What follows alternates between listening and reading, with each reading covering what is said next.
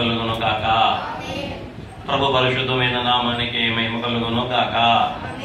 మన ప్రాణప్రియుడు పెళ్లి కుమారుడైన ఆగమన వరుడైన శీఘ్రమే రానయ్యున్న యేసుక్రీస్తు ప్రభు వారి పరిశుద్ధమైన నామములో మీ అందరికీ మరణాత మరణాత మరణాత. రైట్, పరిశుద్ధ గ్రంథంలో నుండి దేవుని వాక్యాన్ని పఠించుకుందాము. పరమార్థ జ్ఞాని అయిన అపోస్తలుడైన యోహాను గారు రాసిన గ్రంథము 1వ అధ్యాయము 7వ వచనాన్ని పఠించుకుందాం. ఇదిగో ఆయన మేఘారుడై వచ్చుచూ ఉన్నాడు, ప్రతి నేత్రము ఆయనను చూచును, ఆయనను పొడిచిన వారును చూచెదరు. భూజనులందరూ ఆయనను చూచి రొమ్ము కొట్టుకొందురు. అవును, ఆమేన్. దేవుని నామానికి మహిమ కలుగును కాక. మన ప్రభువు, మన ప్రాణప్రియుడు పెళ్లి కుమారుడైన యేసుక్రీస్తు ప్రభుల వారి యొక్క పరిశుద్ధమైన నామమున మీ అందరికీ కృపా సమాధానములు కలుగును కాక. రైట్, అందరూ బాగున్నారా మేడమా? అందరూ బాగున్నారా? దేవుని దయ వల్ల, దేవుని కృప వల్ల. రైట్, సంతోషకరమైన వార్త ఏంటంటే యేసు ప్రభుల వారు త్వరగా వచ్చుచూ ఉన్నారు. ఏంటి? ఏనైనా ఇదే ఆనందకరమైన వార్త. పెళ్లి కుమార్తెకు ఆనందకరమైన వార్త ఏంటంటే ఆయన శీఘ్రమే వచ్చుచూ ఉన్నాడు, త్వరగా వచ్చుచూ ఉన్నాడు. రైట్, ఈరోజు మనం చదువుకున్న వాక్యంలో నుండి కొత్త వాక్యాన్ని మనం నేర్చుకుందాం. ఏమని వ్రాయబడింది? 7వ వచనము, ప్రకటన గ్రంథము 1వ అధ్యాయము. ఇదిగో ఆయన మేఘారుడై వచ్చుచూ ఉన్నాడు. ఏమంటున్నాడు? ఇదిగో ఆయన మేఘారుడై వచ్చుచూ ఉన్నాడు. దేవుని పిల్లలారా, అదిగో అంటే దూరంగా ఉన్న స్థితి, ఇదిగో అంటే ఆయన దగ్గరగా ఉన్న స్థితి. పెళ్లి కుమారుడుగా ప్రభు వచ్చుచూ ఉన్న స్థితి ఎంత దూరంలో ఉంది? ఇదిగో అంటే దగ్గరగా ఉన్న స్థితిని చూపిస్తుంది వాక్యం. రైట్, ఇప్పుడు నేను మీకు ఈరోజు చెప్పాలనుకుంటున్న వాక్యం ఏంటంటే ప్రభు మేఘారుడే వచ్చుచూ ఉన్నాడు. ఈ మేఘారుడే వచ్చే స్థితిలో 2 ఘట్టాలు మనకు కనబడతా ఉన్నాయి. 2 సార్లు ఆయన మేఘాల మీదే వస్తున్నాడు. ఇక్కడ కొద్ది కన్ఫ్యూజన్ ఉంది. అయినా ఆ కన్ఫ్యూజన్ లేకుండా మీరు అర్థం చేసుకోవాలనే ఈ మాటలు నేను చెప్తున్నాను. ప్రకటన గ్రంథము ఇది ప్రవచన గ్రంథము. ప్రకటన గ్రంథము ప్రవచించవలసిన గ్రంథము. ప్రకటన గ్రంథము అందరికీ ప్రత్యక్షపరచబడిన గ్రంథం కాబట్టి ఈ ప్రకటన గ్రంథంలో దాపరికాలు ఏమీ లేవు. ఈ ప్రకటన గ్రంథము ఇది ఒక గొప్ప ప్రకటన. దేని గురించిన ప్రకటన? ఆయన రాకడను గురించి ప్రకటించే ప్రకటన. మహిమపరచబోతున్న క్రీస్తు యేసుని గురించిన ప్రకటన. ఈ ప్రకటన గ్రంథంలో 22 అధ్యాయాలు ఉన్నాయి. ఈ 22 అధ్యాయాల్లో ఉన్న విషయాలన్నిటికీ ముందు మాట ప్రకటన గ్రంథము 1వ అధ్యాయము. ఏంటండి? 22 అధ్యాయాల్లో ఉన్న సారాంశానికి ముందు మాట ప్రకటన గ్రంథములోని 1వ అధ్యాయం. ప్రకటన గ్రంథము అనే ఈ ప్రవచన గ్రంథంలో ముందు ఏ సంభవాలు వస్తాయి, ఏ సంభవాలు సంభవిస్తాయి, ఏ కార్యక్రమము ముందుందో అన్నిటినీ బ్రీఫ్ గా, సంక్షిప్తముగా 1వ అధ్యాయంలో పరిశుద్ధాత్మ తండ్రి వ్రాయించి పెట్టారు. అంటే ఈ ప్రకటన గ్రంథం మొదటి అధ్యాయం మనం చాలా బాగా చదవాలి. ఆ మొదటి అధ్యాయాన్ని మనం గ్రహిస్తే 22 అధ్యాయాలకి చక్కటి తాళపు చెవి ఈ మొదటి అధ్యాయం. కాబట్టి ఈ ప్రకటన గ్రంథంలోని మొదటి అధ్యాయంలో 3వ వచనాన్ని పోయిన వారు నేను మీకు వివరించాను. వివరించాను. ఇవాళ ప్రకటన గ్రంథములోని మొదటి అధ్యాయం 7వ వచనాన్ని మీకు వివరిస్తాను. 3వ వచనంలో ఏమని ఉంది? సమయము సమీపించుచూ ఉన్నది అని ఉంది. మీకు పోయిన వారు నేను సమయం సమీపించుచూ ఉన్నదంటే 7 సమయాలు చెప్పాను. మీకు ఎవరికైనా గుర్తున్నాయా? 7 సమయాలు చెప్పాను. ప్రభు మధ్యాకాశానికి వచ్చే సమయం, మనలోని మహిమ నిరీక్షణ నెరవేరే సమయం, మన అపజయాలు మన కష్టాలు కాటిపాలయ్యే సమయం, మనలను ఓడించే నిఖిల పాపములను ఓడించే సమయం, ప్రభువు రాజ్యాధికారము నుండి రాజ్య స్థాపన చేసే సమయం, సకల జనులకు అపవాదికి దేవుడు తీర్పు తీర్చే సమయం, అది విజయరక్షకునితో మురియుచు ముచ్చటలాడుచూ ఉండే సమయం, అనగా కొత్త భూమి క్రొత్త ఆకాశం నూతన జీవితం నిత్య జీవం. ఇలా చెప్తూ ప్రసంగంలో మధ్యలో ఇంకో కొన్ని చెప్పా. మనకు కిరీటం పెట్టే సమయం, మనకు వివాహం అయ్యే సమయం, మనము దేవుని గొర్రెపిల్లకు భార్య అయ్యే సమయం, ఆయనలో లీనమై ఏకమై కలిసిపోయే సమయం, మనందరి కొరకు పరలోక ద్వారం తెరవబడే సమయం అని నేను మీకు పోయిన వారం జ్ఞాపకం చేశాను. ఈ 7 మాటలు మీకు జ్ఞాపకం చేసి అక్కడ యోహాను గారు మనకు ఒక సలహా ఇస్తున్నారు. ఒక చక్కని ప్రోత్సాహకరమైన మాటను కూడా చెప్పారు. సమయం సమీపిస్తుంది అని చెప్పారు. ఏమి సమయం సమీపిస్తుంది మీకు అర్థమయ్యేటట్టు ఆ 7 మాటలు చెప్పకుండా మరో కొత్త మాటలు చెప్తారేనండి. ఆయన అనుగ్రహము ముగించిపోయే సమయం సమీపిస్తుంది. ఆయన ఆగ్రహం కుమ్మరించబోయే సమయం సమీపిస్తుంది. అనుగ్రహము ముగిసిపోయే సమయం సమీపిస్తుంది. ఆయన యొక్క ఆగ్రహం చెప్పరే ఆగ్రహం కుమ్మరించబోయే సమయం సమీపిస్తుంది. అలాగే పెళ్లి కుమార్తెకు ఉత్సవం సమయం సమీపిస్తూ ఉంది. అలాగే దేవుని యొక్క ఉగ్రత రాబోయే సమయం సమీపిస్తా ఉంది. అక్కడ యోహాను గారు చెప్పిన ఆ సమయం సమీపిస్తా ఉందో ఈ 2 గుంపుల వారు ఉన్నారు. ఒకటి అనుగ్రహం పొందే గుంపు, ఒకటి ఉత్సవంలోకి వెళ్ళే గుంపు. ఇదొక గుంపు. రెండవ గుంపు ఆయన ఆగ్రహానికి గురయ్యే గుంపు, ఆయన ఉగ్రత పాలయ్యే గుంపు. బాగా అర్థం చేసుకోండి. సమయం సమీపిస్తా ఉంది. ఏ సమయం? ఆయన అనుగ్రహము పొంది ఉత్సవంలోనికి వెళ్ళే సమయం, ఆయన ఆగ్రహానికి గురై ఉగ్రత పాలయ్యే సమయం. ఈ 2 ఇటికి సమయం సమీపిస్తా ఉంది. ఇంకా మీకు ఈజీగా అర్థమయ్యేదని చెప్తా. ఎత్తబడే సమయం, మిగిలిపోయే సమయం. ఎత్తబడడానికి అవసరమైంది అనుగ్రహం, మిగిలిపోయిన వారికి ఎదురయ్యేది దేవుని ఆగ్రహం. అర్థమైందా? ఏం అర్థం కాల? బుర్రలోకి వెళ్ళకల్లా. బుర్రలోకి వెళ్ళాలంటే కలుపు మొక్కలు పీక్కోవాలి. మీరు కలుపు పీక్కోలేదు అనుకోండి, వేసే ఎరువు కలిపే తినేస్తుంది. ఈ మంచి మాటలు ఈ ఎరువు వల్ల మీకు ఉపయోగం ఉండదు అన్నమాట. కాబట్టి నేనండి దేవుని యొక్క రాకడ సమయం సమీపిస్తున్న సమయంలో 2 గుంపులు మీకు అర్థమయ్యే ప్రాస కాకుండా మీకు అర్థమయ్యేదని చెప్పాలంటే ఎగిరే గుంపు, మిగిలే గుంపు ఉంది. సమయం సమీపిస్తా ఉంది. ఎగరడానికైనా మిగిలిపోవడానికైనా సమయం సమీపిస్తా ఉంది. ఇప్పుడు మీరు ఎగిరేవారుగా ఉంటారా, మిగిలిపోయేవారుగా ఉంటారా?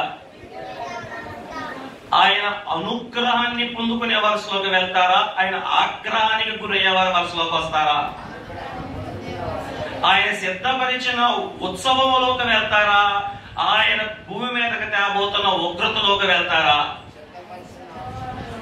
అది ఆ సమయం వస్తుంది. కాబట్టి మీరు ఎత్తబడాలంటే, అనుగ్రహం పొందుకోవాలంటే, ఆయన ఉత్సవంలోకి వెళ్ళాలంటే మీరు ఏం చేయాలంటున్నాడు అక్కడ? ఈ ప్రవచన గ్రంథములో వ్రాయబడిన వాక్యములను మీరు చదవాలి. ఈ ప్రవచన గ్రంథములో ఉన్న వాక్యాన్ని మీరు వినాలి.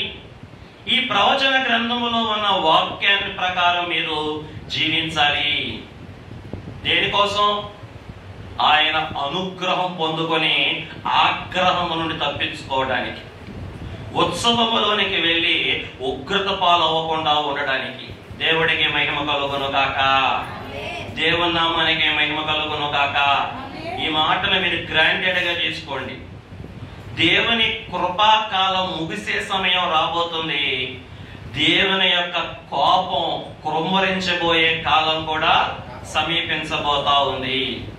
ఈ సమయంలో దేవుడు మన మీద ప్రేమతో ఆ ఉగ్రత పాలవ్వకుండా, ఆ కోపం పాలవ్వకుండా, ఆ ఆగ్రహం పాలవ్వకుండా దేవుని అనుగ్రహంలోకి మనం వెళ్ళడానికి దేవుడు ఇస్తూ ఉన్న చక్కటి అవకాశం ఏంటి? ఏం చేయమంటున్నాడు? నా మాట వినండి. అంతేనండి. నా మాట వినండి, నా మాట చదవండి, నా మాట ప్రకారం నడవండి. సమయం సమీపిస్తూ ఉందన్నగాడు అదే మాట ప్రభు చెప్పారు. సమయం సమీపిస్తుంది. ఎగిరే సమయం, మిగిలే సమయం. ఎగిరే సమయం, ఎగిరే సమయం. ఉత్సవ సమయం, ఉగ్రత సమయం. అనుగ్రహ సమయం, ఆగ్రహ సమయం. సమయం సమీపిస్తూ ఉంది. కాబట్టి మీరు, నా అనుగ్రహం మీకు రావాలంటే ఏంటిది? ఎవరి అనుగ్రహం?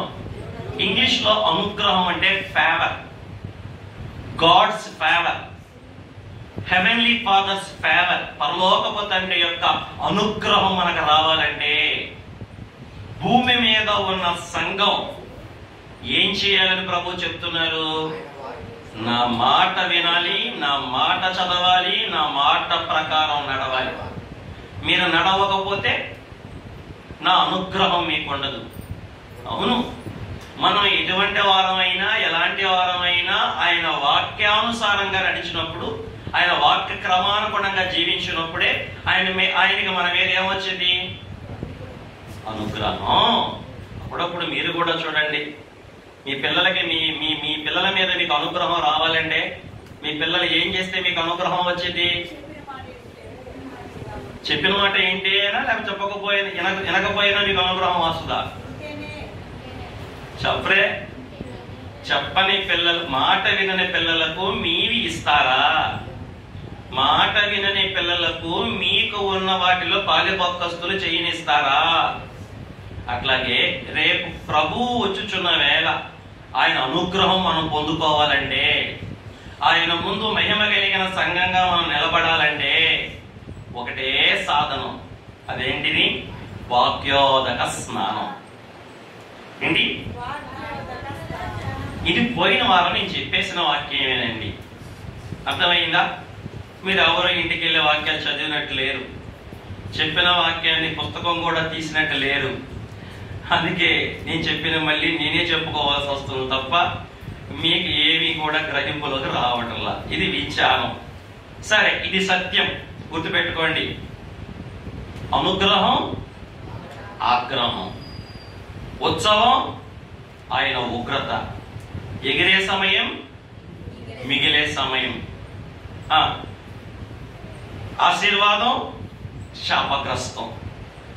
ఆయన ఆశీర్వాదం పొందే సమయం వస్తుంది, అలాగే శాపం సంపూర్ణమయ్యే సమయం కూడా. ఇప్పుడు మీరు ఎందులో ఉంటారు? అది ప్రశ్న. ఆ యోహాను 1:3 ఉన్న సమయములో యోహాను గారి ద్వారా దేవుడు మనకి ఇస్తున్నది అదే. మీకు దేవుడు అనుగ్రహం రావాలి.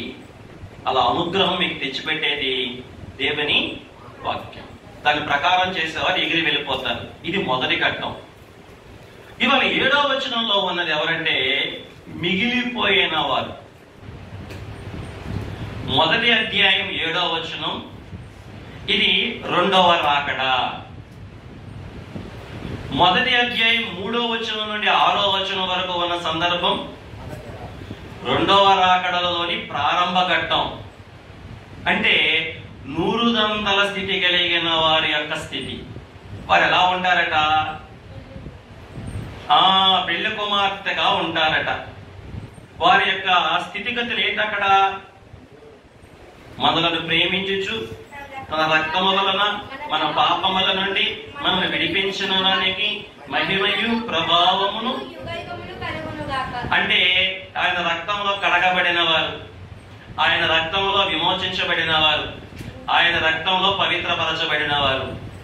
తర్వాత ఏం జరుగుతుంది? వారికి ఒక రాజ్యముగాను యాజకులనుగాను దేవుడికి మహిమ కలుగును గాక. ఎవరికి? మన దేవునికి ఒక రాజ్యముగాను యాజకులనుగాను చేసెను. ఎవరు ఈ గుంపు? ఎవరు? ఎగిరి వెళ్ళిపోయిన గుంపు. ఎవరి గుంపు? అనుగ్రహం పొందిన గుంపు. ఎవరి గుంపు? ఉత్సవములో పాలు పంపులు పొందుతున్న గుంపు. ఎవరి గుంపు? ఆశీర్వాదములోనికి వచ్చిన గుంపు. దేవుడికి మహిమ కలుగును గాక. ఇది రెండవ రాకడలోని మొదటి భాగం. రెండవ రాకడలో మొదటి భాగం ఏంటంటే ఆయన మధ్యాకాశమునకు వచ్చుట. ఏంటి? ఇక్కడ సమయం ఎంతసేపు అంటే రెప్పపాటు.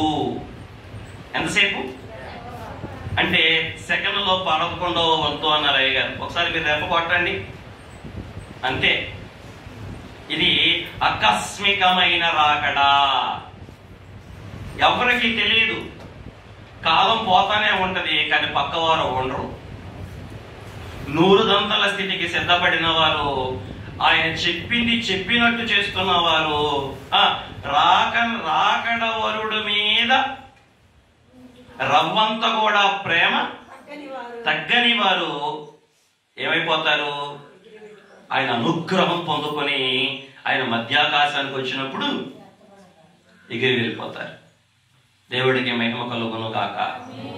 ఈ మధ్యాకాశానికి వచ్చినప్పుడు మనమే పైకి వెళ్తాం, ఆయన మధ్యాకాశం గడికే వస్తాడు. ఇది ఎంతసేపట్లో జరిగింది? రెప్పపాటు. దీన్నే బైబిల్ ఏమందంటే పెండ్లి కుమార్తె. మనందరి నిరీక్షణ కూడా ఏంటంటే ఈ రాకడలో మనం ఎత్తబడాలి. ఏ రాకడ? మధ్యాకాశ ప్రత్యక్షత. బైబిల్ దీనికి ఏం పేరు పెట్టిందో చెప్పనా? శుభ నిరీక్షణ, శుభప్రదమైన నిరీక్షణ.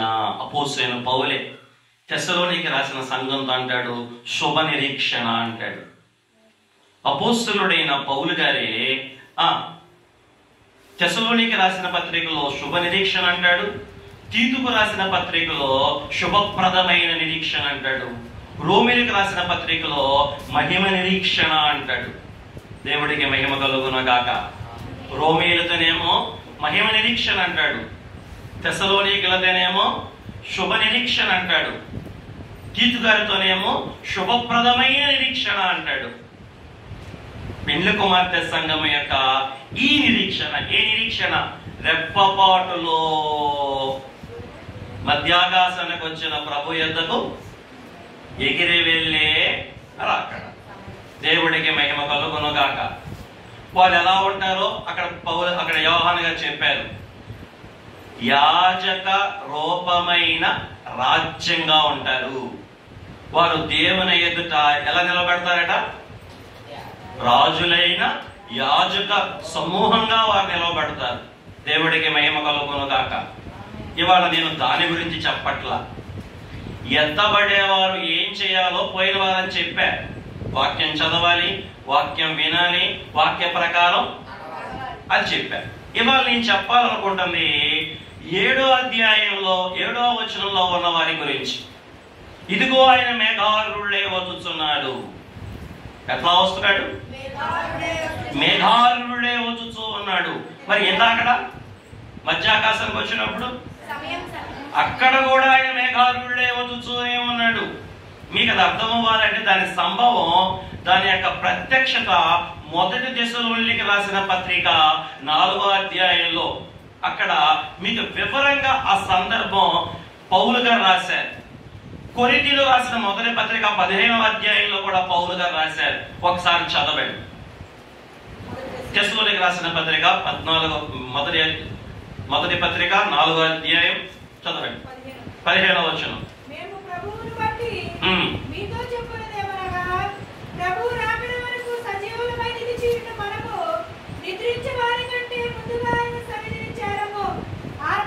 చూడండి ఎలా వస్తాడో మధ్యాకాశానికి. ఆర్భాటంతోనూ ప్రధాన దూత శబ్దముతోనూ దేవుని బోరతోనూ పరలోకము నుండి ప్రభువు దిగివచ్చును.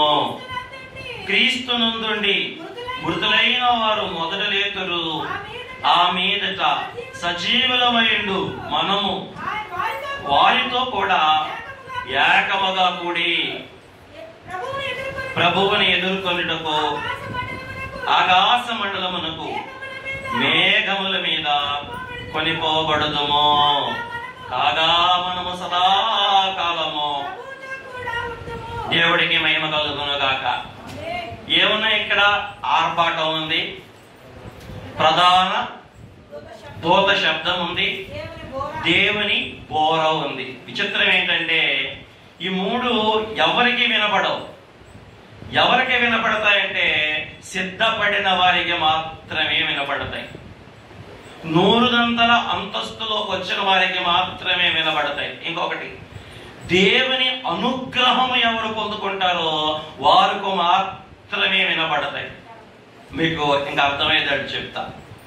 ఎస్తేరు కాలంలో అహర్వరేషు రాజుకు రాణి అవ్వడానికి ఎంతమంది కన్యకలు వచ్చారు?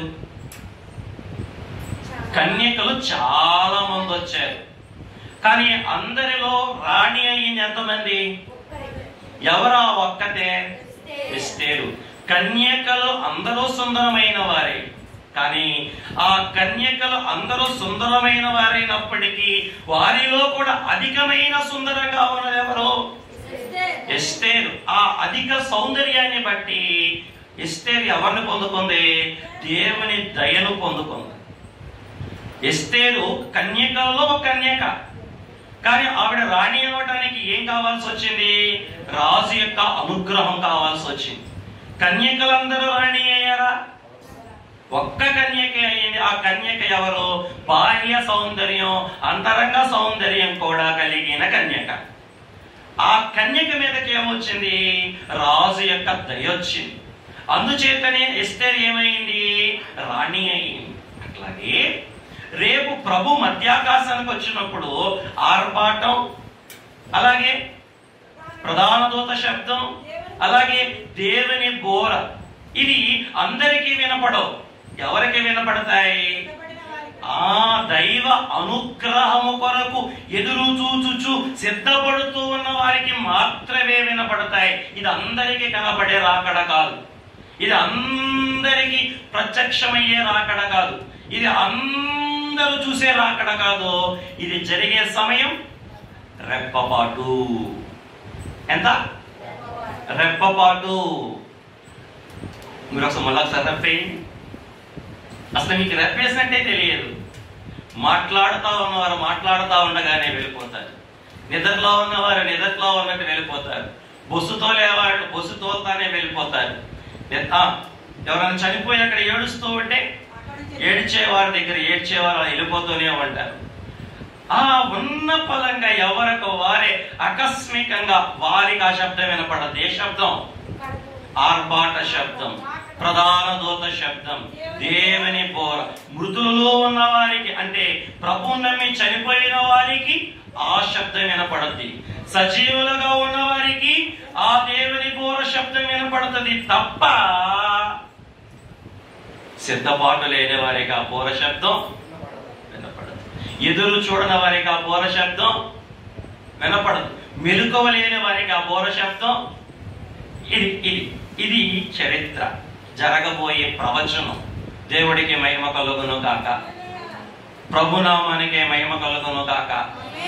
ఇక్కడ కూడా ఏమెక్కొస్తున్నాడు? మేఘము మీదే వస్తూ ఉన్నాడు. డిఫరెన్స్ చూపిస్తా మీకు నేను. ఇక్కడ కూడా ఆయన మేఘవాహనుడే వస్తున్నాడు, కానీ ఎక్కడ దాకా వస్తాడు? మధ్యాకాశానికే వస్తాడు. ఏమేమి వస్తాయని వచ్చేటప్పుడు?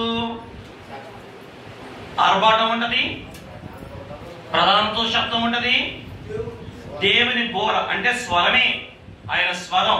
ఏంటి ఆయన స్వరం? నా ప్రియురాలా ఇంకి రమ్ము, నా ప్రియురాలా నా యొద్దకు రమ్ము, నా ప్రాణేశ్వరి నీవు లెబానోను విడిచిన దగ్గరికి రమ్ము రమ్ము అని పరమగీతములో ప్రాణప్రియుడు షులమతిని అన్నట్టు మేఘవాహనుడుగా ఐగుప్తు మీదకు వస్తున్నట్లుగా యెషయా గ్రంథము 19వ అధ్యాయం 1వ వచనములో చెప్పబడినట్లు ఆయన మేఘవాహనుడై వేగముగా ఐగుప్తు మీదకు వస్తున్నట్లుగా ఆయన రేపు మధ్యాకాశానికి రాబోతూ ఉన్నాడు. వచ్చినప్పుడు చెప్పే స్వరం ఏంటంటే, నా ప్రియురాల లెబానోన్ని విడిచి, అంటే లోకాన్ని విడిచి రమ్ము, లోకాన్ని విడిచి రమ్ము అన్న స్వరం ఎవరికి వినపడుతుంది? అది అది ఆ స్వరం వినపడాలంటే మనకి ఏముండాలి? ఆయన అనుగ్రహం ఉండాలి. అనండి ఒకసారి. అమ్మా, కన్యకలు చాలా మంది ఉన్నారమ్మా అహర్వరేశ్వర రాజు గారి ఆస్థానంలో. కానీ అనుగ్రహం ఎంతమంది మీదకి వచ్చింది? ఒక్క ఎస్తేరు గారి మీదకే వచ్చింది. ఓ దేవుని ప్రియ సంగమా, ఆ అనుగ్రహం నీకు రావటానికి దేవుడు పోయిన వారం ఓ చిట్కా చెప్పాడు. ఏంటా చిట్కా? అదే చిట్కా. దేవుని అనుగ్రహం మన మీదకి రావాలంటే ఆయన మీతో చెప్పునది. ఎస్తేరు గారు కూడా చేసింది అదే. ఎస్తేరుకి 6 నెలలు సంవత్సరం సిద్ధపాటు ఇచ్చారు ఎస్తేరుకి. ఈ 6 నెలలు చేదు వాటితోనూ అలాగే పరిమళ వాసనము కలిగిన వాటితోనూ ఎస్తేరుని సిద్ధపరిచారు. ఈ సిద్ధపరిచిన క్రమంలో ఎస్తేరుకి సిద్ధపరిచే వ్యక్తి ఎవరో తెలుసా? హేగే. ఎస్తేరు వరస వచ్చినప్పుడు హేగే అడుగుతాడు, నీకు ఏ ఏ అలంకరణ కావాలి, ఏ ఏ వస్తువులు కావాలి? దేనికి? రాజుగారికి అందంగా కనపడడానికి. మిమ్మల్ని అడిగారు అనుకోండి పెళ్లికి, అమ్మ నీ ఇష్టం వచ్చి నీకు కొని పెట్టలే అంటావా? షాప్లోకి తీసుకెళ్ళి ఇవి కావాలి, ఇవి కావాలి, ఇవి కావాలి, ఇవి కావాలంటారా? ఏం ప్రేమ అయినా ఊరికి అనుకుందాం, మన పెళ్ళిడు వచ్చింది, ఏం కొని పెట్టమంటే ఏమంట? అమ్మ నీ ఇష్టం అంటారా? నాన్న నీ ఇష్టం అంటారా? మమ్మీ నాకు ఆ బూట్లు, డాడీ నాకు ఈ టై, నాకు ఈ షూ, ఈ సూట్ అంటారా? ఊరినే చెప్పండి. ఎస్తేరు ఏముంది తెలుసా? అయ్యా, రాజుగా అందంగా నేను ఎలా కనపడతానో నాకంటే బాగా నీకే తెలుసు. నా అందమును బాగా అలంకరించడానికే నిన్ను సంరక్షకులుగా ఏర్పాటు చేశారు. నీకంటే నాకు బాగా ఏం తెలుసయ్యా అంటది ఎస్తేరు. మరి మిగిలిన కన్యకలు ఎదురుగా వస్తువులు పెడితే వస్తువుల మీద పడి అందంగా ఉన్న వస్తువులు, బారుగా ఉన్న వస్తువులు, కావలసిన వస్తువులు, నచ్చిన వస్తువులు, వారికి నచ్చినది చేసుకున్నారు.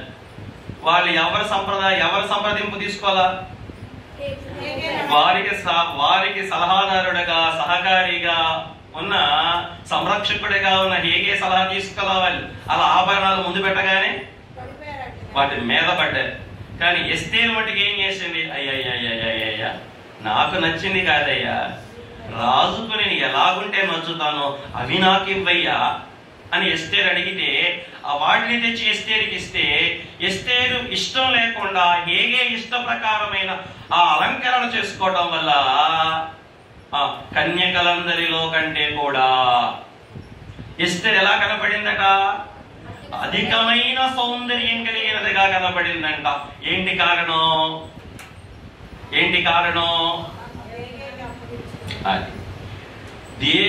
రాజుగారి చేత నియమించబడిన హేగే చెప్పినట్టు చేసింది కాబట్టి మనం కూడా మన కొరకు నియమించబడిన వారెవరు? పరిశుద్ధాత్ముడు, దేవుడి వాక్యం.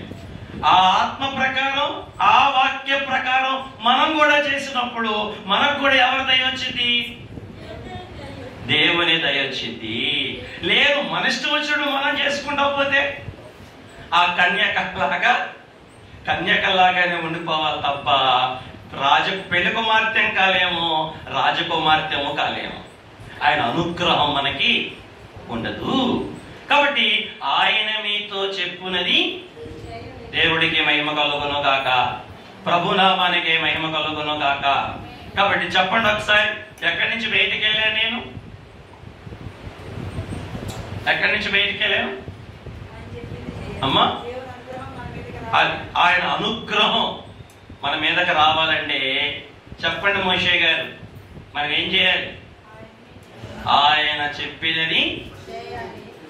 ఆ స్వరం ఎవరికి వినపడుతుంది? అక్కడ బయటికి వెళ్ళాలి. ఆ స్వరం ఎవరికి వినపడుతుంది?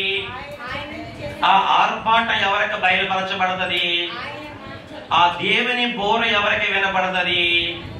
ఆయన చెప్పింది చెప్పినట్టు భూమి మీద ఎవరు చేస్తూ ఉంటారో వారికే అది వినపడుతుంది.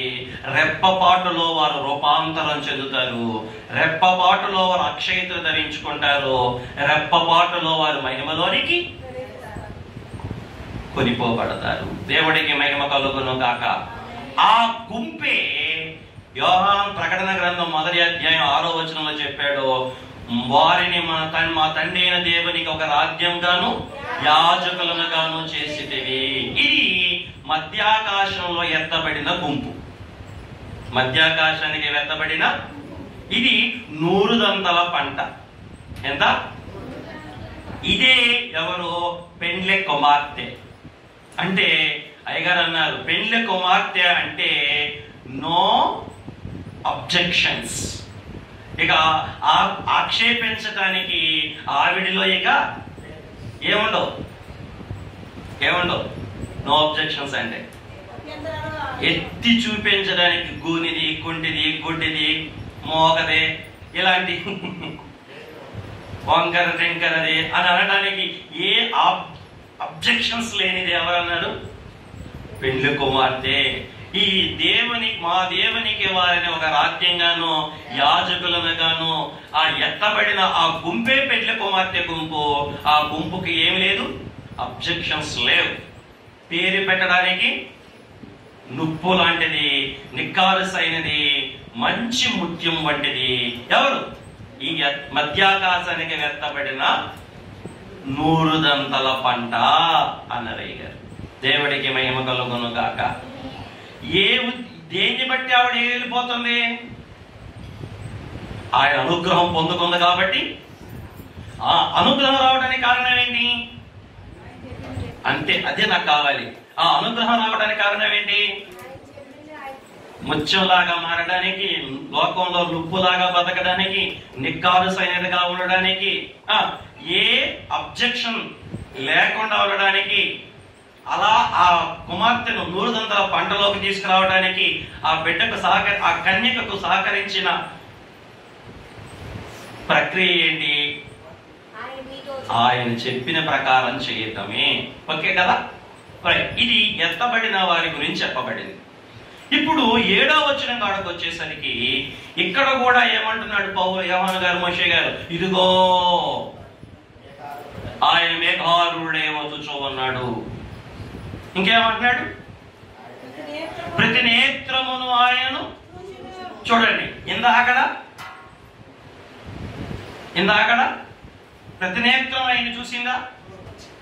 మరి ఏ నేత్రం చూసింది అక్కడ? సిద్ధపడిన కన్యక మాత్రమే, సిద్ధపడిన పెండ్లి కుమార్తె మాత్రమే, ఆయన అనుగ్రహం పొందిన పెండ్లి కుమార్తె మాత్రమే, 100 దంతల స్థితికి ఎదిగిన పెండ్లి కుమార్తె మాత్రమే అక్కడ ఆయన చూడగలిగింది మధ్యాకాశంలో. ఇప్పుడు ప్రతి నేత్రము చూచుచూ ఉన్నారు. పైన మేఘములోనే వచ్చాడు, ఇక్కడ కూడా మేఘములోనే వచ్చుచూ ఉన్నాడు. ఈ రోజు నేను కిందది మీకు వివరిస్తాను. పై రాకడికి కింద రాకడికి మధ్యలో 7 ఏండ్ల కాలం ఉందండి. 7 years. సంఘము ఎత్తబడిన తరువాత సంఘంతో కలిసి ఆయన కిందకు వస్తాడు.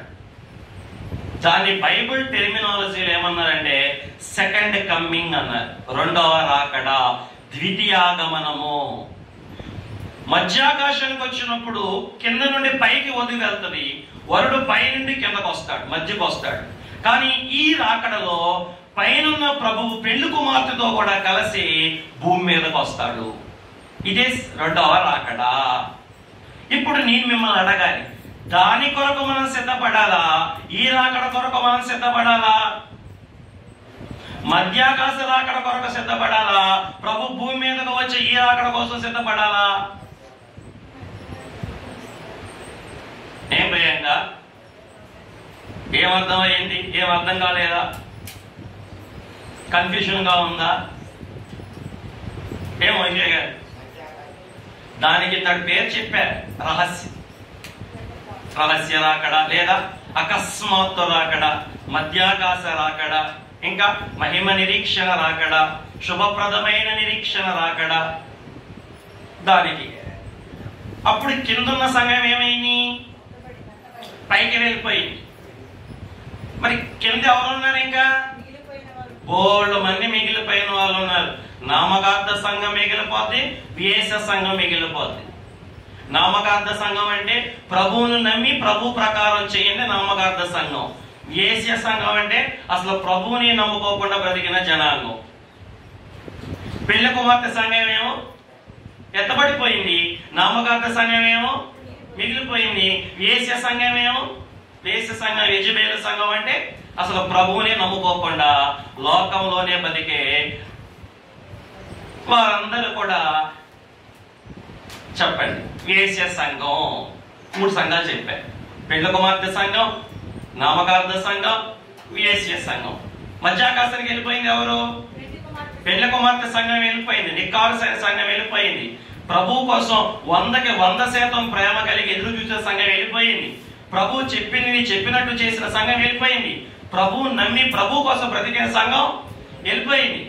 కృపాకాలం అయిపోయింది. ప్రభు వెళ్ళిపోయారు, ప్రభువుని ప్రేమించే సంఘం వెళ్ళిపోయింది. ఇక భూమి మీద ఎవరు ఉన్నారు? నామకార్థ సంఘం అంటే కన్యకలు మిగిలిపోయారు. ఇంకా కన్యక వరుసలోనికి రానివారు వేసేవారు కూడా మిగిలిపోయారు. ఈ మిగిలిపోయిన వారికి భూమి మీద 7 ఏళ్ళు శ్రమ జరిగింది. ఎన్నేళ్ళు? 7 ఏళ్ళు శ్రమలు జరుగుతాయి. ఈ 7 ఏళ్ల చివరిలో ప్రభు మరలా వస్తాడు. ఎవరితో వస్తాడు అయినా ఈసారి? కింద నుంచి పైకి సంఘం వెళ్ళింది. ఎవరు ఆ సంఘం? పెళ్లి కుమార్తె సంఘం. పైన ఈ 7 సంవత్సరాలు ఈ సంఘానికి ఏమో విందు, కింద 7 సంవత్సరాలేమో శ్రమలు, భయంకరమైన శ్రమలు జరుగుతాయి భూమి మీద. క్రీస్తు విరోధి లెగుస్తాడు, అంత్యక్రీస్తు బయలుపడతాడు. 3.5 సంవత్సరాలు 7 సంవత్సరాలు భయంకరమైన శ్రమలు వస్తాయి. ప్రకటన గ్రంథంలో మనం చూడొచ్చు. ముద్రలు విప్పినప్పుడు శ్రమలు, బోరలు ఊదినప్పుడు శ్రమలు, పాత్రలు కుమరించినప్పుడు శ్రమలు, భూమి మీద మిక్కుటమైన శ్రమలు వస్తాయి. ఏ శరీరం కూడా తట్టుకోలేనంత, తాళుకోలేనంత భయంకరమైన శ్రమలు సంఘం మీదగా రాబోతా ఉన్నాయి. ఇది భూమి మీద 7 ఏళ్ళు జరగబోతా ఉన్నాయి. ఈ 7 ఏళ్ల ముగింపులో మళ్ళా ఈసారి పెళ్లి కుమారుడు పెళ్లి అయిపోతుందిగా, పైన పెళ్లి అయిపోయింది. ఇప్పుడు ఆయనకి భార్య వచ్చేసింది. ఎవరో భార్య? నూరుదంతలుగా ఎత్తబడిన సంఘమే ఆయనకు భార్య. ఇప్పుడు వాళ్ళిద్దరూ కలిసి ఎక్కడికి వస్తారు? భూమి మీదకి వస్తారు. ఇప్పుడు ఆయన వస్తూ ఉంటే, ఆయన మేఘారుడే వస్తూ ఉంటే మిగిలిపోయిన వాళ్ళు ఉంటారే, ఇప్పుడు వీళ్ళందరూ ఆయన చూస్తూ ఉంటారు. ఇప్పుడు అందరు కనపడతాడు. ఎక్కడి నుంచి అక్కడికి?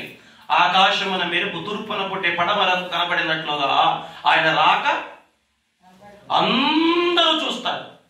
భూప్రపంచం మీద 195 దేశాల వాళ్ళు, ప్రాణాత్మ దేహము కలిగిన ప్రతి మనిషి కూడా, మిగిలిపోయిన ప్రతి వాడు కూడా ప్రభు మేఘారుడై దిగొస్తూ ఉంటే, చెప్పండి, ఆయన చూస్తారు. రెండవది, రొమ్ము కొట్టుకుంటారు. ఆయన పొడిచిన వారు కూడా ఆయన చూస్తారు. భూజనులందరూ కూడా ఆయన చూచి రొమ్ము కొట్టుకుంటారు. ఏంటిది ఏంటిది ఏంటిది? ప్రభువుతో కూడా ఉన్నవారు మహిమలో వస్తూ ఉంటే, ప్రభువు భూమి మీదకు వస్తూ ఉంటే, భూమి మీద ఉన్న నామకార్థ సంఘం ఏం చేస్తుంది? రొమ్ము కొట్టుకుంటా ఉంది. అయ్యో అయ్యో అయ్యో అంటుంది. పైన ఉన్న వాళ్ళేమో అయ్యా అన్నారు, ఆయన దగ్గరికి వెళ్ళిపోయారు. ఆయన అవకాశం వచ్చినప్పుడు అయ్యా అని ఆయన దగ్గరికి చేరకుండా ఆయన పొడిచిన వారు మిగిలిపోయి ఇప్పుడు ఏమనాల్సి వస్తుంది? అయ్యో అయ్యో అనాల్సి వస్తుంది. ఇది ప్రభు మధ్యాకాశంలోకి వెళ్ళిన తరువాత 7 ఏండ్లకు భూమి మీదకు వస్తున్న ఘట్టం ఇది. అప్పుడు కూడా ఎలా వస్తున్నాడు? ఆయన మేఘారుడై వచ్చుచు అన్నాడు. ఇప్పుడు నేరుగా భూమి మీదకే వస్తున్నాడు. ఇప్పుడు ఆయన ఎలా వస్తున్నాడంటే రాజుగా వస్తూ ఉన్నాడు. రాణితో కలిసి రాజుగా భూమి మీద రాజ్యం చేయడానికి వస్తూ ఉన్నాడు. ఇక్కడ ఒక డిఫరెన్స్ మీకు చెప్తా. ఆయనతో కూడా ఉన్న సంఘమేమో మహిమలో ఉంటది, అక్షయ దేహం కలిగి ఉంటది, అమరత్వాన్ని కలిగి ఉంటది, నిత్యత్వాన్ని కలిగి ఉంటది, ప్రాణప్రియుని భార్యగా వస్తా ఉంది. కిందన మనుషులేమో మామూలు ఈ దేహాలతోనే ఉంటారు, ఈ శరీరాలతోనే ఉంటారు, ఈ బాధలతోనే ఉంటారు, ఈ కష్టాలతోనే ఉంటారు, ఈ వేదనలతోనే ఉంటారు. ఆ స్థితిని చూసిన వీళ్ళకి ఏమనిపిస్తుంది? ఇప్పుడు అయ్యో అయ్యో అయ్యో. ఆయన్ని పొడిచిన వారు కూడా ఎవరు? ఆయన పొడిచిన వారు యేసు ప్రభువు కల్వరి శిలువలో వేలాడుతూ ఉంటే అలా రానుగా వాడు ఏం చేశాడు? ప్రభువుని బళ్ళెంతో ప్రక్క పొడిచాడు. మరి ఆ రోజు వాడు ఒక్కడే పొడిచాడు. మరి ఇంతమంది ఉన్నారుగా, వీళ్ళందరూ ఆయన పొడిచినట్టేనా? ఎవరు వీళ్ళందరూ పొడిచిన వాళ్ళంటే? అంతే, ఆయన నమ్మనేవారు, ఆయన మాట విననేవారు, ఆయనకి ఎదురు చెప్పిన వారు, ఆయన అంటే తొలనాడిన వారు, ఆయనకి ఇష్టంగా బ్రతకనేవారు. ఇప్పుడు వీళ్ళందరూ కూడా ఇప్పుడు ఆయన చూసి ఏం చేస్తున్నారు? ఇక్కడ నేను ఇవాళ ఆయన పొడిచేవారు ఎవరు, ఆ రొమ్ము కొట్టుకునే స్థితిలోకి వెళ్ళేవారు ఎవరు, ఈరోజు నేను మీకు చెప్తా. ఇందాకడ నిన్న గత వారం అంతా ఎగిరి వెళ్ళేవారి గురించి చెప్పాను.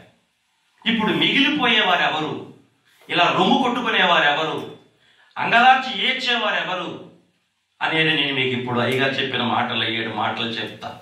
ఎందుకంటే ఆ లక్షణాలు మనలో ఉంటే మనం కూడా మిగిలిపోతాం. కృపాకాలం ముగిసిపోయి నాకు అనుగ్రహం పోయిన తర్వాత ఎంత ఏడ్చినా ప్రయోజనం ఉండదు. నీ పక్కన వాళ్ళే మహిమలో ఉంటారు, నీ తోటి వాళ్ళే మహిమలో ఉంటారు, నువ్వేమో ఉసూరుమంటూ ఏడవలసిన పరిస్థితి. ఆ పరిస్థితి మనకు రాకుండా ఉండడానికి ఈ రాకడ నెలలో మిగిలిపోయిన వారు చేసిన లోపాలేంటో మీకు నేను చెప్తా. ఇప్పుడు మనం జాగ్రత్త పడదామా? అయ్యా రైట్, ఏం చెయ్యాలో పోయిన వారని చెప్పా. వీళ్ళు ఏమీ చెయ్యకపోవటం వల్ల ఆగిపోయారో ఈ వారం మీకు నేను చెప్తా. మనందరం దేవుని ఎరిగిన సంఘమే. 3 సంఘాలు మీకు ఇందాక పరిచయం చేశా. ఏంటి ఆ 3 సంఘాలు? 1 పెండ్లి కుమార్తె సంఘం, 2 నామకార్థ సంఘం, 3 విఎస్య సంఘం. 3 సంఘాలు చెప్పా. 1 పెండ్లి కుమార్తె సంఘం వెళ్ళిపోయింది, 2 నామకార్థ సంఘం, 3 విఎస్య సంఘం. అంటే ప్రభు ఎవరో ఎరగనేవారు. అయితే 7 ఏళ్ల శ్రమల్లో యోధా సంఘం కూడా ఉంటది. సరే, అది వేరే విషయం. ఇప్పుడు మొత్తం రండి. ఈ భూమి మీద ప్రభువును చూసి వీళ్ళందరూ ఏం చేస్తున్నారు? రొమ్ము కొట్టుకుంటున్నారు. ప్రభువు కాదన్న వారికి ఇప్పుడు ప్రభు కనబడుతున్నాడు. ప్రభు దేవుడు కాదు అన్న వారికి ఇప్పుడు ఆయన దేవుడుగా కనబడతా ఉన్నాడు. ప్రభు సృష్టికర్త కాదు అన్న వారికి ఇప్పుడు ఆయన సృష్టికర్తగా కనబడతా ఉన్నాడు. ప్రభు చెప్పిన మాట వినని వారికి కూడా ఇప్పుడు వాళ్ళందరూ కూడా ఏడుతున్నారు, రొమ్ము కొట్టుకుంటా ఉన్నారు. అటువంటి స్థితిలోకి మనం వెళ్లకుండా ఉందోమోగాక. ఇప్పుడు నేను వీళ్ళు మిగిలిపోవడానికి కారణం ఏంటి? ఎగిరిపోకుండా ఉండడానికి కారణం ఏంటి? వీరిలో నామకార్థ సంఘం కూడా ఉందా? ఉంది. ఆ నామకార్థ సంఘం చేసిన పనులేంటి? ఇప్పుడు నేను చెప్తా, క్లుప్తంగానే చెప్తా, మీరు జాగ్రత్తగా వినాలి. మొదటిది, ఈ నామకార్థ సంఘం ఎగిరిపోకుండా మిగిలిపోవడానికి ఆ నామకార్థ సంఘం చేసిన పాపం మీ అందరికీ తెలిసిందే. లోకంతో మాట్లాడట్లే. ఇప్పుడు నేను ఎవరితో మాట్లాడుతున్నాను? సంఘంతోనే మాట్లాడుతున్నా. లోకంతో మాట్లాడితే వేరే చెప్తా. వ్యభిచారం అని, దొంగతనం అని, హత్యలని, అబద్ధాలని, కూనీలని, మానభంగాలని, ఇలాంటివి చెప్తా లోకంతో మాట్లాడితే. కానీ ఇప్పుడు నేను ఎవరితో మాట్లాడుతున్నాను? సంఘంతోనే మాట్లాడుతున్నాను. సంఘం అంటే ఆల్రెడీ ఇటువంటి వాటన్నిటినీ విడిచిపెట్టి వచ్చింది. లోకంలో ఉన్న అక్రమం విడిచిపెట్టి వచ్చింది. కానీ నామకార్థ సంఘంలో ఉండేది ఏంటంటే అతిక్రమం, అక్రమం. లోకంలో ఉండేదేమో అతిక్రమం, సంఘములో ఉండేదేమో అక్రమం. అందుకే ప్రభు అంటాడు, అక్రమము చేయువారులారా. అది అక్రమం అంటే ఏంటి? క్రమము తెలిసినా కూడా ఆ క్రమం ప్రకారం నడవకపోవటం అక్రమం. అతిక్రమం అంటే ఏంటి? తెలియకుండా చేసిందని అతిక్రమం అంటారు. లోకంలో వారికి తెలియదు కాబట్టి తప్పిపోతారు. తెలియదు కాబట్టి వాళ్ళకి తెలియదు, క్రమం తెలియదు వాళ్ళకి, కాబట్టి తప్పిపోతారు. కానీ సంఘంలో ఉండే వాళ్ళకి క్రమాలన్నీ తెలుసు. పరిశుద్ధంగా ఉండాలని తెలుసు, అబద్ధం ఆడకూడదని తెలుసు, మందిరానికి రావాలని తెలుసు, వాక్యం చదవాలని తెలుసు, ఆ ఉపవాసం ఉండాలని తెలుసు, దేవుడికి భాగం ఇవ్వాలని తెలుసు. అన్నీ తెలిసి కూడా ఆ క్రమం ప్రకారం చెయ్యండి ఎవరు? అక్రమము కలిగిన సంఘం. అందుకే ప్రభు ఏమంటున్నాడు? అక్రమము చేయవారులారా, మీరెవరో నాకు తెలియదు, పొండి అంటున్నాడు. కాబట్టి నేను ఇప్పుడు మీకు బయట వారితో మాట్లాడినట్టు మాట్లాడట్లా. ఇప్పుడు నేను సంఘములో ఉన్న వారితో మాట్లాడినట్టే మీకు మాట్లాడుతున్నా. రాకడ కాలంలో సంఘములో కనపడే లోపాలు ఏంటంటే, మొట్టమొదటి ప్రప్రథమమైన లోపం ఏంటంటే నిరీక్షణ లేకపోవటం. ఏం లేకపోవటం? ఏ నిరీక్షణ లేకపోవటం? రాకడ నిరీక్షణ లేకపోవటం. నేను 7 చెప్పేస్తాను, చెప్పేసి మీకు వివరిస్తా. 1, రాకడ నిరీక్షణ లేకపోవటం. 2, రాకడ విశ్వాసం లేకపోవటం. 3, రాకడ సిద్ధపాటు లేకపోవటం. 4, రాకడ భ్రమ లేకపోవటం. మళ్ళా చెప్తున్నా. 1, రాకడ నిరీక్షణ లేకపోవటం. 2, రాకడ విశ్వాసం లేకపోవటం. 3, రాకడ సిద్ధపాటు లేకపోవటం. 4, రాకడ భ్రమ లేకపోవటం. 5, రాకడ వాక్యములను పరిశుద్ధ గ్రంథములో వెతికి పరిశీలించకపోవటం. 6, ఈ లోకములో ఈ ఆకాశంలో జరుగుతున్న సూచనలను గుణించకపోవటం. 7, కాలయాపన చేయటం. మా కాలంలో రాడులే అని కాలయాపన చేయటం. ఈ 7 ఈరోజు క్రైస్తవ సంఘములో రాకడ కాలంలో కనబడే ప్రధానమైన పాపాలు. ఏంటివి? 1, మరొకసారి చెప్పి వివరిస్తా. రాకడ నిరీక్షణ లేకపోవడం, రాకడ విశ్వాసం లేకపోవడం, రాకడ సిద్ధపాటు లేకపోవడం, రాకడ కలవరింపు లేకపోవడం, రాకడ గుర్తులను, రాకడ ప్రవచనములను గుణించకపోవటం, ఆఖరిది రాకడ ఇప్పుడే కాదని చెప్పి కాలయాపన చేయటం. ఈ 7 ఈరోజు సంఘములో కనబడుతూ ఉన్న రాకడ కాలములో కనబడే పాపాలు. అయ్యగారు అన్నమాట చెప్పి 7 వివరిస్తా. రాకడ తలంపు లేకపోవడం పాపం అన్నారు. ఏంటి?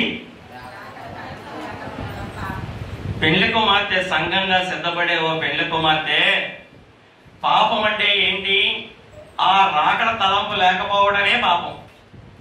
ప్రభు వస్తాడు, నన్ను తీసుకుని వెళ్తాడు అన్న తలంపు లేకపోవడమే పాపం. అయిగా చెప్పలేదా?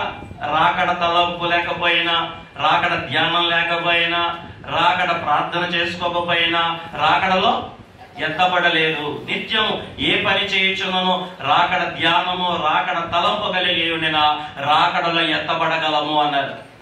కాబట్టి మొదటిది ఏంటంటే రాకడ నిరీక్షణ లేకపోవడం.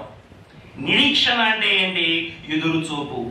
ఈరోజు క్రైస్తవ సంఘంలో ఉన్న నిరీక్షణ ఏంటంటే భూలోకం కొరకైన నిరీక్షణే. ఈ లోకం మట్టుకే ప్రభువునందు మనము నిరీక్షించిన ఎడల మనుషులందరికంటే కూడా మనము దౌర్భాగ్యులము అని 1 కొరింథీయులకు రాసిన పత్రిక 15వ అధ్యాయంలో అపోస్తలుడైన పౌలు గారు చెప్పలేదా? ఏంటి ఈ లోకం మట్టుకే నిరీక్షణ అంటే ఏంటి? ప్రభు బిడ్డలు ఇస్తాడని నమ్మటం, బిడ్డల కొరకు ప్రభువు మీద నిరీక్షణ ఉంచటం, అప్పులు తీస్తాడని చెప్పి ప్రభు మీద నిరీక్షణ ఉంచటం, వ్యాజ్యాలు తీస్తాడని చెప్పి నిరీక్షణ ఉంచటం, మా పిల్లలకు పెళ్లిళ్ళు చేస్తాడని చెప్పి నిరీక్షణ ఉంచటం. వీటి కొరకైనా ప్రభు మీద మన నిరీక్షణ. బైబిల్ ఏం చెప్పింది? శుభప్రదమైన నిరీక్షణ దేని మీద ఉంచమని చెప్పింది? ప్రభు వస్తున్నాడు, నన్ను తీసుకుని వెళ్తున్నాడు, దాని కొరకు మనం ఎదురు చూడాలి. అయిగా రాయలేదా? వధువు సంఘం ఏం చేస్తుందంట? వరుడు కొరకు ఎదురు చూస్తూ ఉంది. వధువు సంఘము వరుని కొరకు ఎదురు చూస్తూ ఉంది. ఈ రాకడ కాలంలో ఈ రాకడ సంఘం చేయాల్సిన పని ఏంటంటే రాకడ వరుడి కొరకు నిరీక్షించాలి. ఈరోజు యేసు ప్రభువుని కేవలం భూలోక అవసరాలు తీర్చుకోవడానికి ఆయన నిరీక్షిస్తున్నారు, కానీ ఆయనతో కూడా ఎగిరి వెళ్ళడానికి ఏం ప్రయత్నం నిరీక్షించట్లే ఈరోజు సంఘం. ఇది చాలా విచారం. ఇలా ఆయన రాకడ కొరకు నిరీక్షించకుండా భూలోక అవసరాల కొరకే దేవుడు ఏందో నిరీక్షించిన వారు రేపొద్దున రొమ్ము కొట్టుకుని ఆడవలసి వచ్చింది, రొమ్ము బాదుకుని ఆడవలసి వచ్చింది. అయ్యో ఎంత పని చేసాం, మోషే చెప్పినా మేము వినలేదని చెప్పి రేపు ఏం చేయాలి? రొమ్ములు బాదుకోవాలి. ఈ లోకం వాటి కొరకు పరిగెత్తి, ఈ లోకం వాటి కొరకు వెంపటపడి, ఈ లోకం వాటి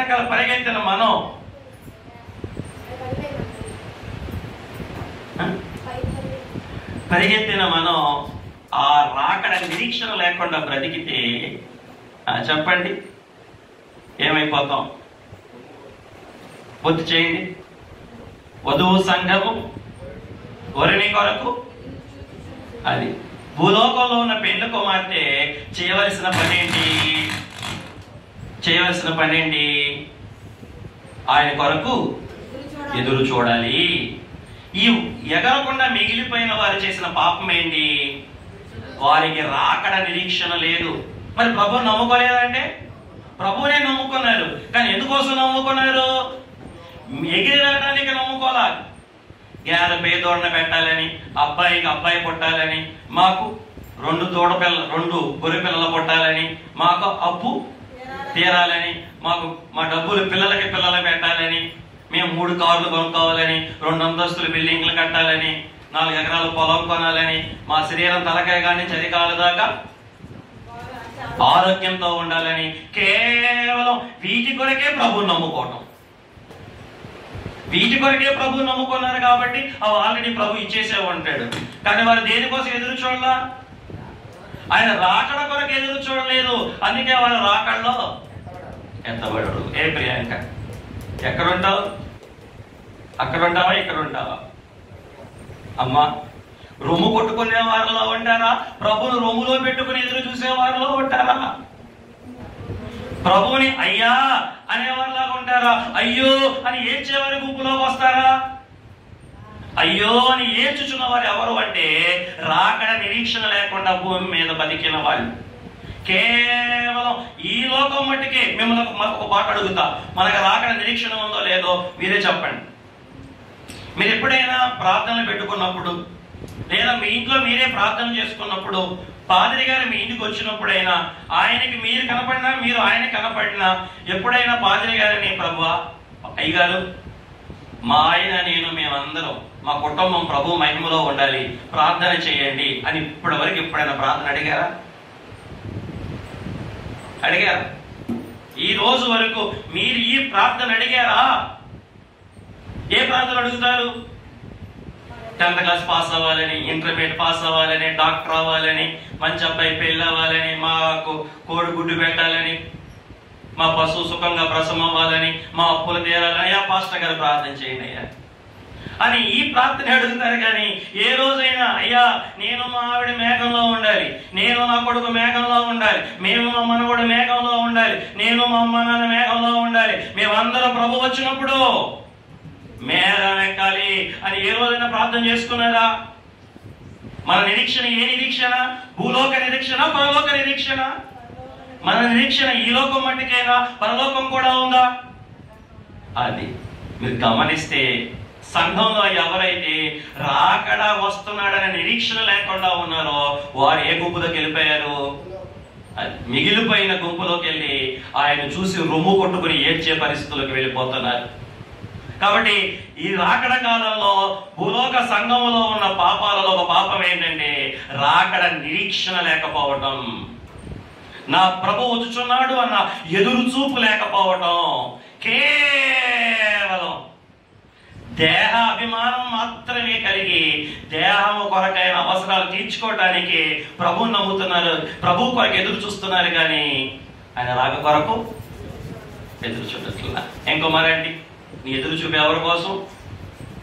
భూలోకంలో కొరకైనా? అయితే జాగ్రత్త, నువ్వు మేఘం ఎక్కే గుంపులో లేవు, మిగిలిపోయే గుంపులో ఉన్నావు. రెండోది రాకడ విశ్వాసం లేకపోవటం. రాకడ విశ్వాసం లేకపోవడం అంటే ఏంటి? ప్రభు వస్తున్నాడు, ఖచ్చితంగా మధ్యాకాశానికి వస్తాడు, ఇది నిజం. మీరు గమనిస్తే వాక్యంలో అయ్యగా రాశారు, ఆడి తప్పనటువంటి వాడు రాక అట్లే ఉండడు, నేడు వచ్చి వేసినట్టే పాడుకొనుచు ఉన్నది, ప్రభువు వరుడరుడనుచున్నది, కీడు చూడకున్నది అని రాశారు అయ్యగారు. అంటే ఈ సంఘములో ఉన్న వారికి ఆఖరి దినాలలో కలుగుతున్న పాపాలలో రెండో పాపం ఏంటంటే రాకడ విశ్వాసం లేకపోవడం. ఆయన వస్తాడంటారా? వచ్చానంటారా? ఏంటి?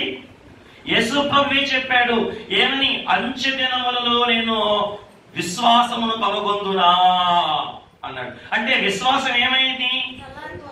అయ్యగా రాశారు పాటలో, రాకడ సామీప్యమన్న లోకము హేళన చేయును, లోకముతో కలిసి సంఘం కూడా ఏకమాయను, నేను ఏమి చేతునయ్యా?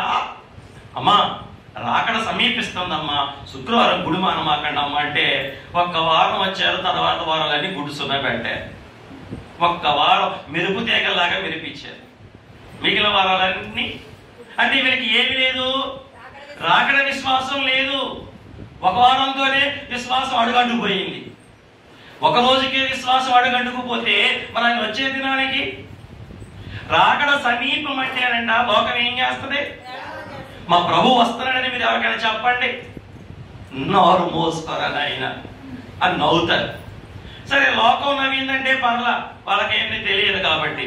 సంఘం కూడా వాళ్ళు ఏం చేస్తుంది? అమ్మ ప్రభు వస్తున్నాడు, ఆయన తీసుకువెళ్లే రోజు దగ్గర పడింది, ఇదిగో ఆయన మేఘారుడే వస్తూ ఉన్నాడు, ఇదిగో ఆయన మధ్యాకాశానికి వస్తున్నాడు, ఇదిగో ఆయన శబ్దం వినబడే శబ్దం దగ్గరకు వచ్చింది అమ్మా అని చెప్తా ఉంటే సంఘం కూడా ఏమంటది? వాళ్ళ వచ్చినప్పుడు చూద్దాం అయ్యా, ఆయన వచ్చినప్పుడు చూద్దాం అయ్యా, మేము శుక్రవారం రాం, మేము బైబిల్లో చదవం, మేము పవిత్రంగా కూడా ఉండం, మేము నీతి యథార్థతలుగా ఉండం, ఇదిగో మేము లోకం రాకడ వరకు ఎదురు చూడకూడా అని సంఘం కూడా ఏమైపోయింది? ఇవాళ లోకంతో కలిసి ఏకమైపోయింది.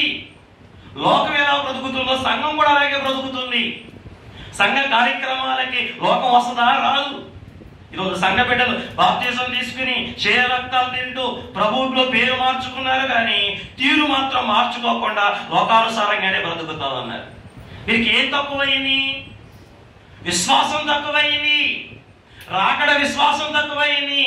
అయ్యగా రాశారు, విశ్వాసము పోగొట్టుకొనక విశ్వాసము చే గట్టిగా పట్టుకొందును అన్నారు.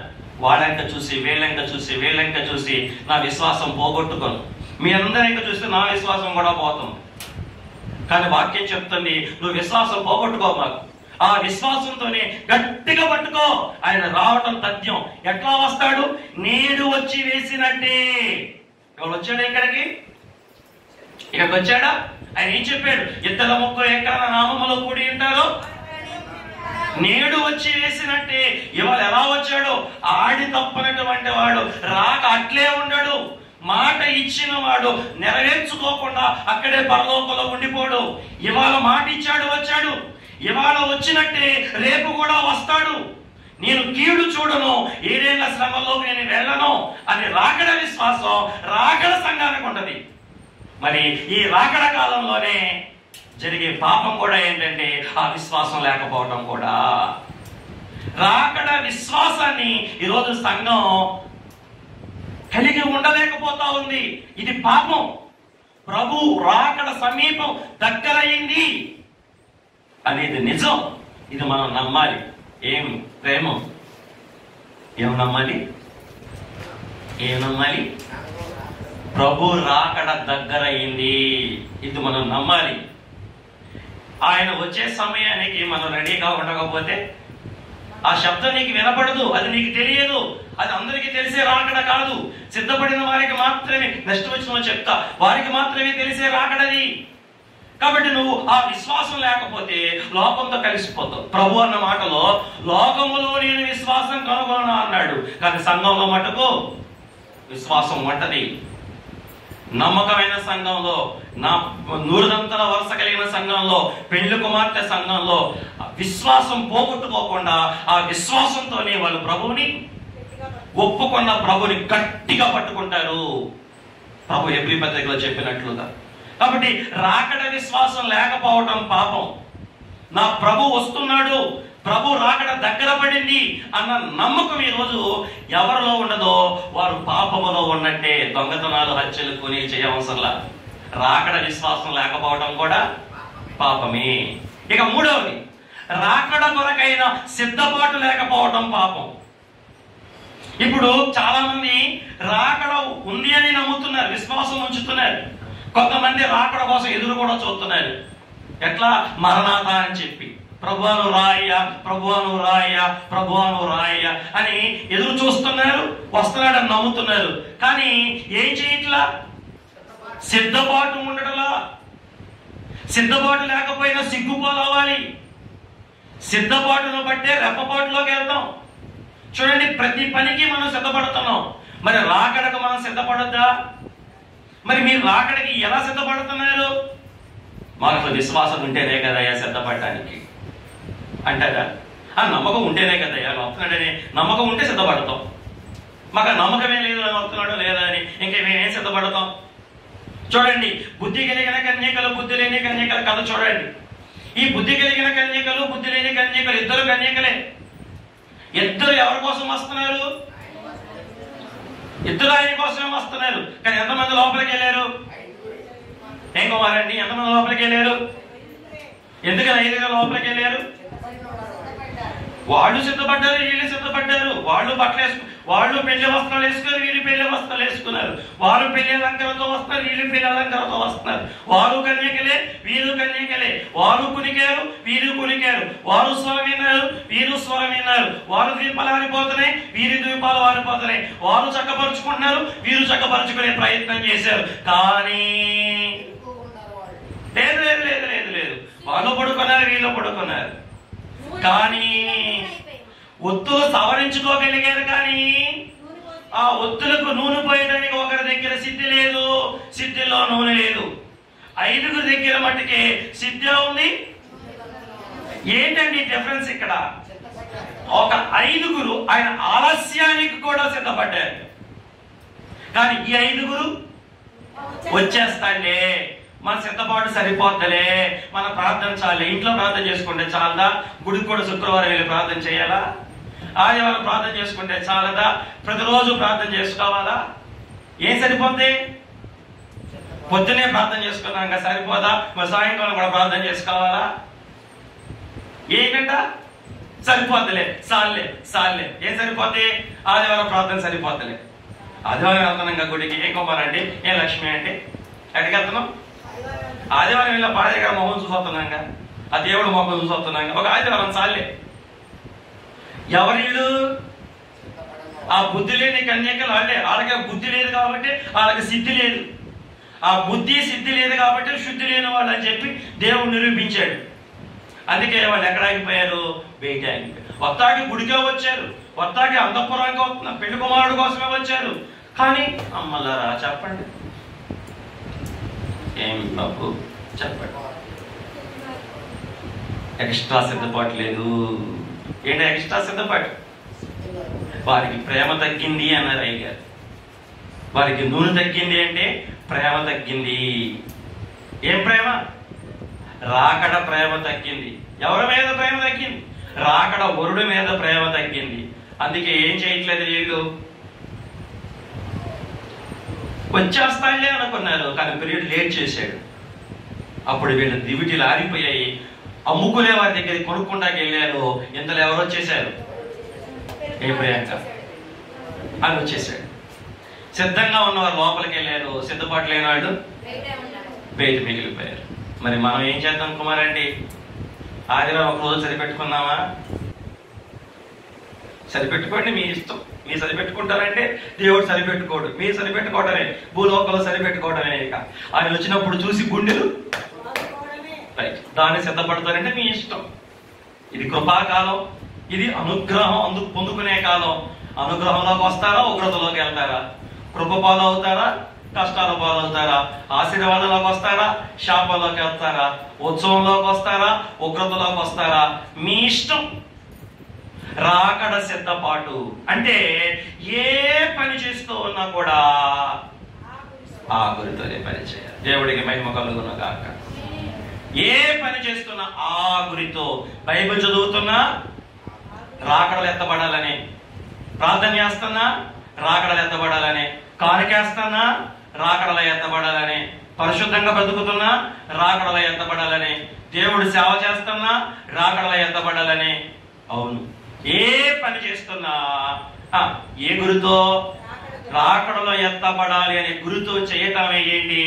రాకడ సిద్ధపాటు. ఈ సిద్ధపాటు ఏం చేసిందంటే పాపం చేయనివ్వదు, అపవిత్రంగా ఉండనివ్వదు, ఈ దేహాన్ని మురికి అయిగా చెప్పలేదా? అధమక పాపమైన అంటనివ్వదు, అంటనీయదు, అంటూ ఉంటది. ఈ రాకడ సిద్ధపాటే పాపం దగ్గరగా రానివ్వదు. ఓకేనా? రైట్. ఐదవది రాకడ భ్రమ. అమ్మా వింటున్నావా? ఏంటిది? ఏంటి రాకడ భ్రమ అంటే? అడుగో వరుడు, ఇదిగో రాకడ. ఏంటి? అడుగో వరుడు, ఇదిగో రాకడ. ఏంటి భ్రమ అంటే? ఏంటి? అరే భ్రమలో బ్రతుకుతున్నారా అంటారు. క్రైస్తవుడు కూడా ఏ భ్రమలో ఉంటాడట? రాకడ భ్రమలో ఉంటాడు. ఈ కష్టాలు వచ్చినా, ఈ ఆపదలు వచ్చినా, ఈ అపజయాలు వచ్చినా ఏమంటాడు? నా అపజయం పోయే రోజు, నా ఆపదలు పోయే రోజు, నా కష్టాలు పోయే రోజు వచ్చేస్తుంది లేరా. ఇవి ఎంతకాలం అంటూ ఏ భ్రమలో ఉంటాడు? రాకడ భ్రమలో ఉంటాడు. అవి కోర్టు కేసులకి ఎన్ని రోజులు ఉండవు లేవయ్యా, నా ప్రభు తీర్చేస్తాడు, నా ప్రభు వచ్చేస్తున్నాడు, ఇవన్నీ పోతాయి. ఈ బాధలకి ఎంతకాలం ఉండవు, నా ప్రభు వచ్చేస్తున్నాడు, ఇవి పోతాయి. ఏంట్రా ఏసే దగ్గరికి వెళ్ళి ఇన్ని బాధలు పడుతున్నావు అంటే, ఎందుకు అంతకాలం ఉంటే లేరా, నా ప్రభు రానే వచ్చేస్తున్నాడు. అరే ఈ కాలు నొప్పులు, ఈ బాధ ఎంతకాలం లేరా, నా ప్రభు రానే వచ్చేస్తున్నాడు. ప్రతి దానికి వీళ్ళు దేంట్లో ఉంటారు? రాకడ భ్రమలో ఉంటారు, రాకడ కలవరింపులో ఉంటారు, ప్రాణప్రియుని కలవరింపుతో ఉంటారు. ఆ రాకడ రాకడ రాకడ రాకడ రాకడ రాకడ రాకడ ఏంటిది? రాకడ రాకడ రాకడ అంతా రాకడే. రాకడ భ్రమలో కలిగిన వారు రాకడలో ఉంటారు. ఆ రాకడ భ్రమ లేక భూలోక భ్రమలో ఉన్నవారు భూలోక. ఇక 6, 5 అయిగా చెప్పారు. ప్రవచనములను అలాగే గుర్తులను గుడియించుచున్నది, 2 సరిగా ఉన్నవనుచు మురియుచున్నది అన్నారు. ఆ మాటలు ఏంటంటే, బైబిల్ గ్రంథంలో ప్రవచనం చెప్తుంది రాకడ వస్తుందని, ప్రపంచంలో ఉన్న గుర్తులు చెప్తున్నాయి ప్రభు రాకడ. పెళ్లి కుమార్తె ఏం చేసిందంటే ఈ గుర్తుల్ని గుర్తించింది, పసిగట్టింది, లెక్కలేసుకుంటా ఉంటుంది. అక్కడ భూకంపం వచ్చింది. నిన్న గుజరాత్ లో ఏమొచ్చిందంట? 4.3 రిక్టర్ స్కేల్ మీద భూకంపం వచ్చింది. భూకంపం వచ్చిందంటే ఎవరు వచ్చేస్తున్నారు? ప్రభు వచ్చేస్తున్నారు. ఇజ్రాయేల్ మీదకి ఆ అరబ్ దేశం వాళ్ళు యుద్ధానికి వచ్చారంట. అంటే ఎవరు వచ్చేస్తున్నారు? అమ్మో దేవుడు రాకడ వచ్చేస్తుంది. ఇదిగో అక్కడ తుఫాన్ వచ్చిందంట. అంటే ఎవరు వస్తున్నారు? ఇదిగో తల్లి బిడ్డ మీదకి, బిడ్డ తల్లి మీదకి లెగుతున్నారంట. వాక్యం చెప్తుంది. ఇప్పుడు ఏమొచ్చేస్తుందంట? అంటే పెళ్లి కుమార్తె ఏం చేస్తా ఉంటది? బైబిల్లో ఉన్న ప్రవచనాలని లోకంలో జరుగుతున్న సూచనలని సరు చూసుకుంటా ఉంటది, మ్యాచింగ్ చేసుకుంటా ఉంటది. ఎందుకు? నా ప్రభు రాకడ ఎప్పుడా అని తెలుసుకోవడానికి. ఇదిగో వాక్యం అలా చెప్పింది, ఇది ఇలా జరిగేస్తుంది అంటే ఈ రోజులు ఏ రోజులు? ఇక రాకడ రోజులు దగ్గర పడిపోతున్నాయి అని గుణించేదే ఎవరో పెళ్లి కుమార్. కానీ ఈరోజు సంఘం ఏం చేయట్లా? వాక్య ప్రవచనాన్ని చదవట్లేదు, లోకంలో ఉన్న గుర్తులు గుర్తించట్లేదు. ఎలా పోయినా మనం కూడా వాళ్ళతో కలిసే పోతున్నాం, కానీ ఏం చేయట్లా? గుణించట్లేదు. రాకడ సూచనలను మనం పసికట్టడం లేదు. అలా పసికట్టకపోవడం కూడా ఏంటి? పాపము. అదే పసికడితే జాగ్రత్త పడతాం.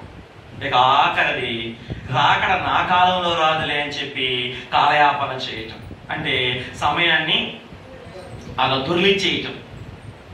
ఏం చేయకుండా నీకు మా తాత కాలంలో చెప్పారు ఆయన రాలా, మా నాన్న కాలంలో చెప్పారు ఆయన రాలా, ఇప్పుడు నా కాలంలో చెప్తున్నారు, ఇప్పుడు నా కాలంలో కూడా రాడు. ఎప్పుడు వస్తాడు మరి?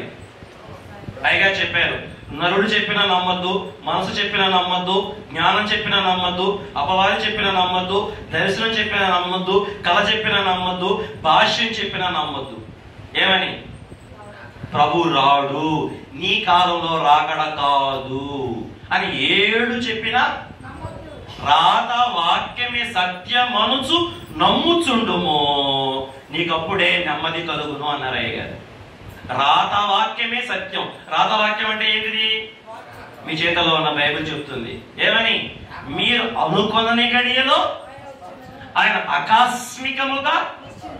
కాబట్టి మనం ఏం చేయకూడదు? కాలయాపన. రేపు రొమ్ము కొట్టుకొని ఆయన కన్నులారా చూసి ఏడ్చే వాళ్ళు ఎవరు? అయ్యో మా కాలంలో దేవుడు రావట్లే అని చెప్పి కాలయాపన చేసేవాడు. కుమారంటే విన్నావా? మిగిలిపోతావా ఎగిరిపోతావా? కాలయాపన చేస్తే మిగిలిపోతావు. దేని ముందు కాలం? టీవీ ముందు కూర్చుని, మనుషుల ముందు కూర్చుని, అరుగు మీద కూర్చుని, భూప్రపంచంలో ఉన్న రాజకీయాలన్నిటిలో మనమే తలదూర్చి ఈ భూ సంబంధమైన వాటిల్లో విపరీతమైన వర్తకం పెట్టుకుని ఈ భూలోకం కొరకే మనం బతుకుతూ ఆలస్యం చేస్తే నా కాలంలో రాళ్లే, నా కాలంలో రాళ్లే అంటూ మోషే గారు, పౌలు గారు ఆలస్యం చేసే వాళ్ళు ఏమైపోతారు? రేపు ప్రభువుని చూసి రొమ్ము కొట్టుకుని ఆడవలసిన పరిస్థితి, ఆయన ఉగ్రతలోకి వెళ్లాల్సిన పరిస్థితి. కాబట్టి రాకడ కాలంలో జరుగుతున్న 7 పాపాలు ఇవి. ఏంటివి? 1, రాకడ నిరీక్షణ లేకపోవడం, రాకడ విశ్వాసం లేకపోవడం, రాకడ సిద్ధపాటు లేకపోవడం, రాకడ భ్రమ లేకపోవడం, గురుతులను ప్రవచనాలు గుణించకపోవడం, రాకడ నా కాలంలో కాదులే అని చెప్పి కాలయాపన చేయటం. అలా చేసిన వారు ఇదిగో ఆయన మేఘాలుడే వచ్చుచున్నప్పుడు ఏం చేస్తున్నారు? ఆయన పొడిచిన వాళ్ళు వీళ్ళందరూ. అది నిరీక్షణ లేకపోవడం, ప్రభువును పడవటం, విశ్వాసం లేకపోవడం, ప్రభువును పడవటం, సిద్ధపాటు లేకపోవడం, ప్రభువును పడవటం, రాకడ భ్రమ లేకపోవడం, ప్రభువును పడవటం, ప్రవచనాలు గుర్తులు గుణించకపోవడం, ప్రభువును పడవటం, కాలయాపన చేస్తూ బ్రతికేయటం, ప్రభువును పడవటం. అలా పొడిచిన వారు రేపొద్దున ఏమవ్వాలి? రొమ్ము కొట్టుకుని అయ్యో అని ఆడవాలి.